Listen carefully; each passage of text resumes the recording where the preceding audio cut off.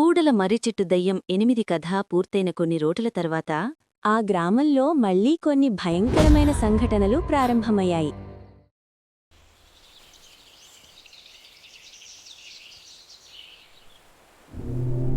ఆ గ్రామంలో లక్ష్మి అనే ఒక మహిళ ఉండేది. ఆమెకు అనన్య అనే ఒక కుమార్తె ఉంది.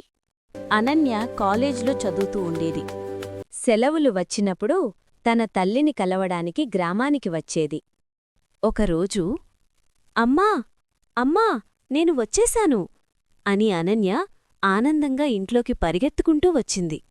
లక్ష్మి ఆమెను చూసి సంతోషంతో, అయ్యో అనన్య, నిన్ను చూసి ఎన్నాళ్లయిందో, ఇక ఎక్కడికి వెళ్ళొద్దు, నా దగ్గరే ఉండు అని చెప్పింది.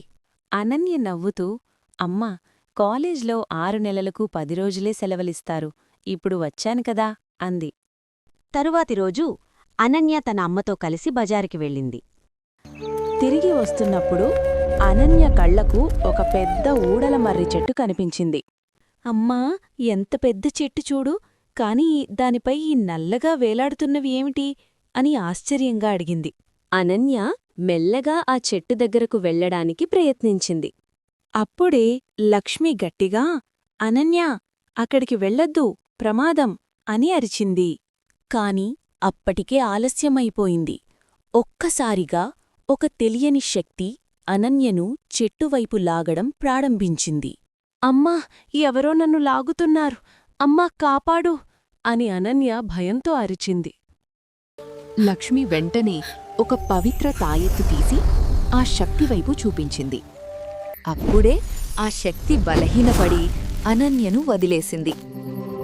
లక్ష్మి వెంటనే ఆమెను తీసుకుని ఇంటికి వెళ్ళిపోయింది. ఇంటికి వెళ్ళాక అనన్య అడిగింది, అమ్మా, ఆ చెట్టు దగ్గర ఏముంది? ఎందుకు నన్ను లాగింది? లక్ష్మి నెమ్మదిగా చెప్పడం ప్రారంభించింది. ఇది చాలా పాత కథ. కొంతకాలం క్రితం కార్తిక్ మరియు సురేష్ అనే 2 యువకులుండేవారు. వాళ్ళు నందిని అనే ఒక అమ్మాయిని తరచూ ఇబ్బంది పెట్టేవారు. ఒకరోజు సాయంత్రం వాళ్ళు ఆ ఊడల మర్రి చెట్టు దగ్గర మద్యం తాగుతూ కూర్చున్నారు. అదే సమయంలో నందిని ఆ మార్గంలో వెళ్తోంది. వారు ఆమెపై దాడి చేశారు. నన్ను వదిలేయండి అని ఆ అమ్మాయి ఎంత ప్రయత్నించినా లాభం లేకుండా పోయింది.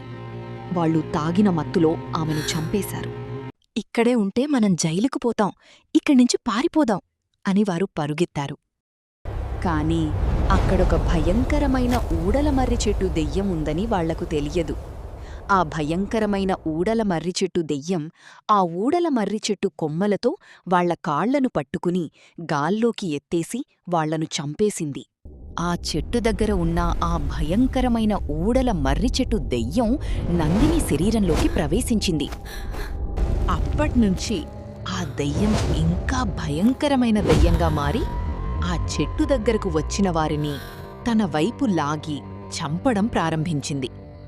గ్రామస్తులందరూ భయపడి, మనమంతా కలిసి సిద్ధస్వామి దగ్గరకు వెళ్దాం అని నిర్ణయం తీసుకున్నారు. అందరూ కలిసి సిద్ధస్వామి దగ్గరకు వెళ్లి జరిగింది చెప్పి సహాయం కోరారు.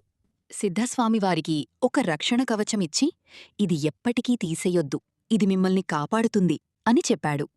నన్ను ఆ ఊడల మర్రి చెట్టు దగ్గరకు తీసుకుని వెళ్ళండి అని బాబా ఆ ఊరి గ్రామస్థులకి చెప్పాడు. తర్వాత గ్రామస్థులు సిద్ధస్వామిని ఆ ఊడల మర్రి చెట్టు దగ్గరకు తీసుకెళ్లారు. సిద్ధస్వామి ఆ ఊడల మర్రి చెట్టు పక్కన ఉన్న ఒక పెద్ద రాయి వెనక దాక్కున్నాడు. కొద్దిసేపటి తర్వాత ఆ భయంకరమైన ఊడల మర్రి చెట్టు దయ్యం అక్కడికి వచ్చింది. అప్పుడే సిద్ధస్వామి ఒక పవిత్ర శూలాన్ని ఆ భయంకరమైన ఊడల మర్రి చెట్టు దయ్యం వైపు విసిరాడు. ఆ శూలం శక్తితో ఆ భయంకరమైన ఊడల మర్రి చెట్టు దయ్యం ఆత్మ బలహీనపడి నందిని శరీరం నుంచి బయటకొచ్చింది. గ్రామస్థులు నందిని శరీరాన్ని పూడ్చిపెట్టారు. కాని ఆ భయంకరమైన ఊడల మర్రి చెట్టు దయ్యం మాత్రం ఇంకా అక్కడే మిగిలిపోయింది. లక్ష్మి చివరగా అనన్యతో చెప్పింది, అప్పటినుంచి ఆ భయంకరమైన ఊడల మర్రి చెట్టు దయ్యం ఆ చెట్టు దగ్గరే ఉంటుంది. అది అటుగా వెళ్లేవారిని తన వైపు లాగుతుంది. నువ్వు కూడా అక్కడికి వెళ్ళినప్పుడు అదే జరిగింది. అందుకే గ్రామంలో ఎవ్వరూ ఆ చెట్టు దగ్గరకు వెళ్లరు. ఇతరులకు చెడు చేస్తే అది ఒకరోజు మనకే తిరిగి వస్తుంది. కర్మ నుంచి ఎవ్వరూ తప్పించుకోలేరు.